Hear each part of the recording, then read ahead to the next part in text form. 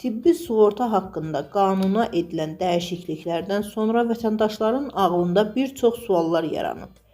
Onlardan biri də dəyişikliklərin nə zaman qüvvəyə minəcəyi haqqındadır.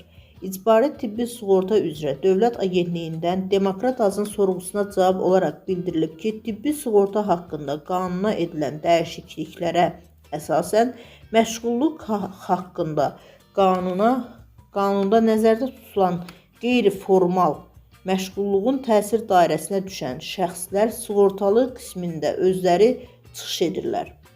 Qanuna əsasən bu kateqoriyaya aid şəxslərin müəyyən edilməsi qaydası müvafiq icra hakimiyyəti orqanının müəyyən etdiyi orqan tərəfindən təsdiq ediləcək.